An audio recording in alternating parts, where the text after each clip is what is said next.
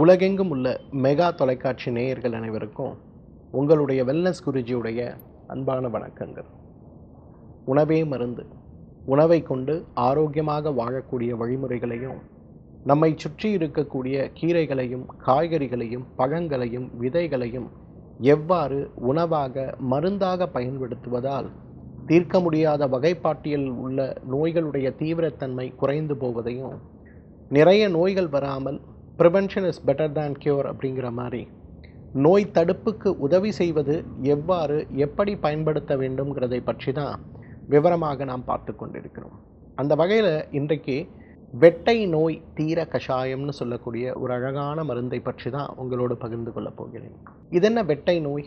பெரும்பாலும் இன்றைக்கு நவீன மருத்துவத்தால் உணர முடியாத, ஆனால் நம் உடலை உருக்குகின்ற ஒரு நோய்க்குத்தான் வெட்டை நோயின் பேர். வெட்டை முற்றினால் கட்டைன்னு சொல்லுவாங்க. இன்றைக்கு நல்ல உடம்பு திடகாத்திரமாக இருக்கும், முகப்பொலிவோடு இருப்போம். திடீர்னு பார்த்தா காரணமே தெரியாமல் உடம்பு இளைக்க ஆரம்பிக்கும். உடம்பு இளைப்பது மட்டுமல்ல, தசைகளுடைய அழற்சிகள் ஏற்பட்டு தசைகள் கொஞ்சம் கொஞ்சமாக கரைந்து கொண்டே வந்து ஒரு நிலையில் உடலை பார்ப்பவர்களெல்லாம், நீண்ட காலம் கழித்து நம்மை பார்ப்பவர்கள் எல்லாம், என்ன உடம்புக்கு ரொம்ப முடியலையா, ஏதேனும் உடலில் சிரமங்கள் இருக்கா அப்படிங்கிற மாதிரி கேள்விகளை கேட்கக்கூடிய அளவுக்கு உடல் சிறுத்து கொண்டே வரக்கூடிய நோய்க்கு பேர் தான் வெட்டை நோய். பொதுவாக வெள்ளைப்படுதல்னு சொல்லுவோம். பெண்களுக்கு இருக்கக்கூடிய வெள்ளைப்படுதல் இயற்கையாக கருமுட்டை முதிர்ச்சி அடைகின்ற நிலையிலேயோ அல்லது மாதவிலக்குக்கு முன்போ பின்போ ஏற்படும் போது அதை நோயாக கருத முடியாது. ஆனால் அதே வெள்ளைப்படுதல் நமக்கு வருடம் முழுவதும் இருக்குமேயானால் அதுக்கு வெட்டை நோயுடைய ஒரு பகுதியாக பார்ப்போம். பெண்களுக்கு மட்டுமல்ல, ஆண்களுக்கும் வெள்ளைப்படுதல் ஏற்படுவதை பார்க்க முடியும். சிறுநீர் கழிப்பதற்கு முன்பு, சிறுநீர் கழித்த பின்பு, சில நேரங்களில் சிறுநீரிலே விந்து போவது போல வெள்ளை கலந்து போகக்கூடிய ஒரு நிலையோடு, இதைவிட முக்கியமாக இரவு அலுவலகம் முடித்து வந்து உள்ளாடைகளை கழட்டும் போது உள்ளாடைகளில் ஆங்காங்கே வெண்மை நிறமான சீழ் போன்ற துர்நாற்றம் இருக்கக்கூடிய கழிவுகள் இருப்பதை நாம் பார்க்க முடியும். சர்க்கரை நோயாளிகளுக்கு மிகப்பெரிய அளவு வெட்டை நோய் இருக்கும்னு சொன்னாலும் கூட நம்மில் அனைவருக்குமே வெட்டை நோய் ஏற்படுவதற்கான வாய்ப்புகள் இருக்கிறது அப்படிங்கிறத நம்ம புரிஞ்சுக்கணும். உடல் சூடு அதிகரிப்பது, சூடான உணவுகள் போலவே இன்றைக்கு இரவு தூக்கத்தை தவிர்த்து உடல் சூடை அதிகரித்து கொள்வது, மது அருந்தக்கூடிய பழக்கம், புகைப்பிடிக்கக்கூடிய பழக்கம், போதைப் பொருட்களுக்கு அடிமையாகி இருக்கக்கூடிய ஒரு நிலை, இன்றைக்கு உடலுடைய ஜீரண மண்டலம் சீராக வேலை செய்ய முடியாதபடி ஈரல் நோய்களையும் மண்ணீரல் நோய்களையும் பித்தப்பை நோய்களையும் கணைய நோய்களையும் உருவாக்குகின்ற மோசமான நோய்களில் ஒன்று தான் இந்த வெட்டை நோயின்னு சொல்லுவோம். வெட்டை நோய் ஏற்படும் போது என்ன அறிகுறிகளை பார்க்கலாம்?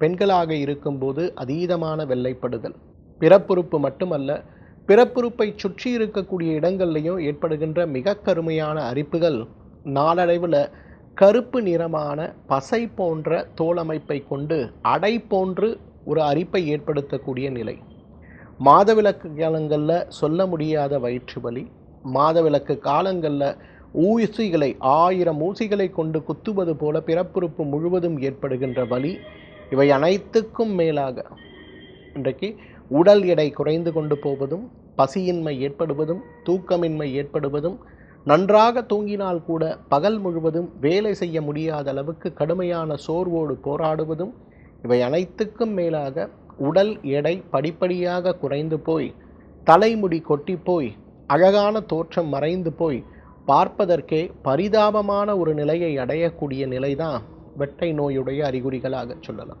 என்ன மருத்துவ பரிசோதனைகள் செய்தாலும், என்ன இரத்த பரிசோதனைகள் செய்தாலும், என்ன ஸ்கேன் பரிசோதனைகள் செய்தாலுமே உடலுக்கு நோய் இல்லை என்று சொல்லப்பட்டாலும் கூட, ஆனால் உடல் நாளுக்கு நாள் மெலிந்து கொண்டே போய் கடைசியில் மரணத்தை கூட பரிசாக வழங்கக்கூடிய மோசமான நோய் தான் வெட்டை நோய்.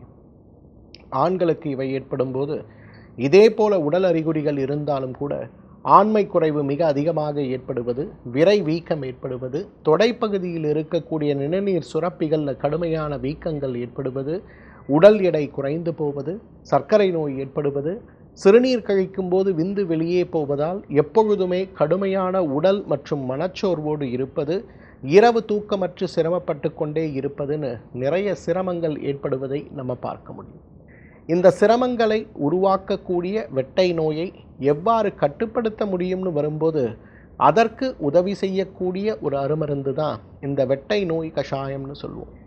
ஆவாரம் பூ, தூதுவேலை பூ, சரக்கொன்றை பூ, வெண்தாமரை பூ மற்றும் முருங்கைப்பூன்னு சொல்லக்கூடிய 5 பூக்கள். இந்த 5 பூக்களையும் அரைத்து அல்லது சூரணமாக கடைகளில் வாங்கி ஒவ்வொன்றையும் 2 கிராம் அளவுக்கு எடுத்து 300 மில்லி தண்ணீரில் இட்டு நன்றாக கொதிக்க வைத்து 100 மில்லியாக குறைத்து வடிகட்டி காலை ஒரு வேளை உணவுக்கு முன்பு, மாலை ஒரு வேளை உணவுக்கு முன்புன்னு தொடர்ந்து 2 மண்டலங்கள், அதாவது 100 நாட்கள் நாம் சாப்பிட்டு வரும்போது வெட்டை நோயுடைய தீவிரம் மட்டுமல்ல, உடலுடைய தாதுக்களுடைய தேவையற்ற இழப்பினால் ஏற்படக்கூடிய சிரமங்கள் கூட படிப்படியாக குறைந்து போவதை பார்க்க முடியும்.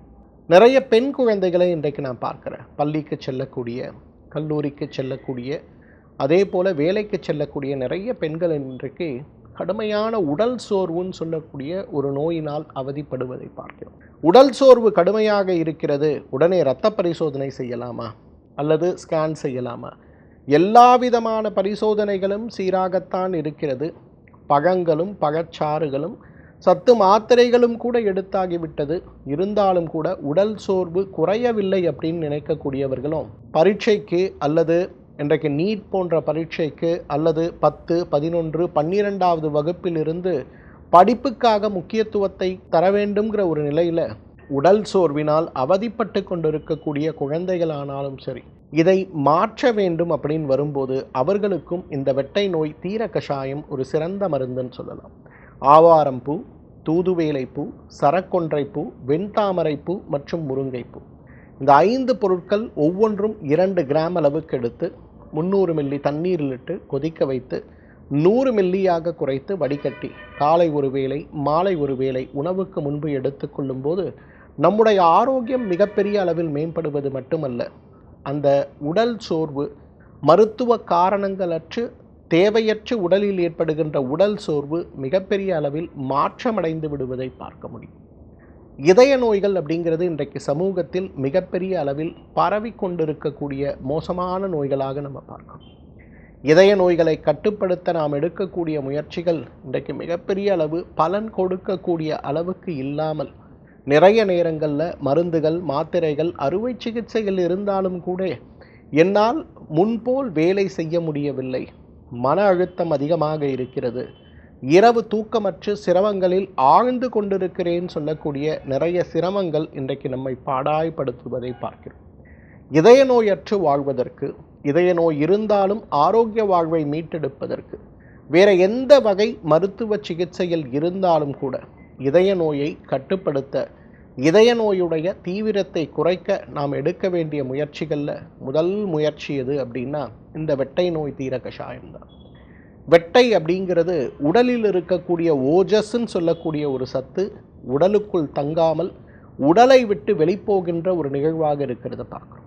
அப்போ வெட்டை நோயை சீராக்க வேண்டும்னு வரும்போது உடலுக்கு தேவையான ஓஜஸ் சத்தை உடலுக்குள்ளேயே சேர்த்து உடலை ஆரோக்கியப்படுத்துகின்ற ஒரு நிகழ்வாக நாம் வைக்க வேண்டும். அந்த வகையில் ஆவாரம் பூ, தூதுவேலை பூ, சரக்கொன்றை பூ, வெண்தாமரை பூ மற்றும் முருங்கைப்பூ, இந்த 5 பொருட்களையும் ஒவ்வொன்றையும் 2 கிராம் அளவுக்கு எடுத்து 300 மில்லி தண்ணீரில் இட்டு கொதிக்க வைத்து 100 மில்லியாக குறைத்து வடிகட்டி காலை ஒரு வேளை, மாலை ஒரு வேளை உணவுக்கு முன்பு நாம் எடுத்துக்கொள்ளும் போது இதய நோய்களும், இதய பலவீனங்களும், இதய நோய் சார்ந்த சிரமங்களும் படிப்படியாக குறைந்து போவது மட்டுமல்ல, இதய ஆரோக்கியமே மேம்பட்டு ஒரு ஆரோக்கிய வாழ்க்கைக்கு நம்மால் திரும்ப முடிவதை நாம் பார்க்க முடியும். தீர்க்க முடியாத இரத்த அழுத்தம் இன்றைக்கு இதய நோய்க்கு மட்டுமல்ல, பக்கவாதத்திற்கு மட்டுமல்ல, சிறுநீரக நோய்க்கும் மிகப்பெரிய காரணமாக இருக்கிறது.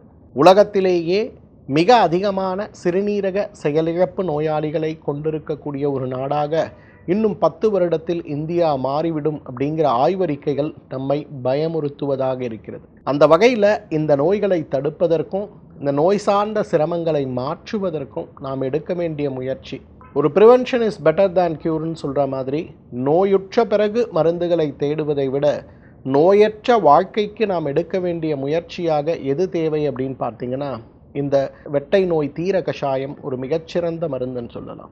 ஆவாரம் பூ, தூதுவேலை பூ, சரக்கொன்றை பூ, வெண்தாமரை பூ மற்றும் முருங்கைப்பூ 5 பொருட்கள் ஒவ்வொன்றையும் 2 கிராம் அளவுக்கு எடுத்து 300 மில்லி தண்ணீரில் இட்டு கொதிக்க வைத்து 100 மில்லியாக குறைத்து வடிகட்டி காலை ஒரு வேளை மாலை ஒரு வேளை உணவுக்கு முன்பு நாம் எடுத்துக்கொள்ளும் போது நம்முடைய ஆரோக்கியம் மேம்படுவதை பார்க்க முடியும்.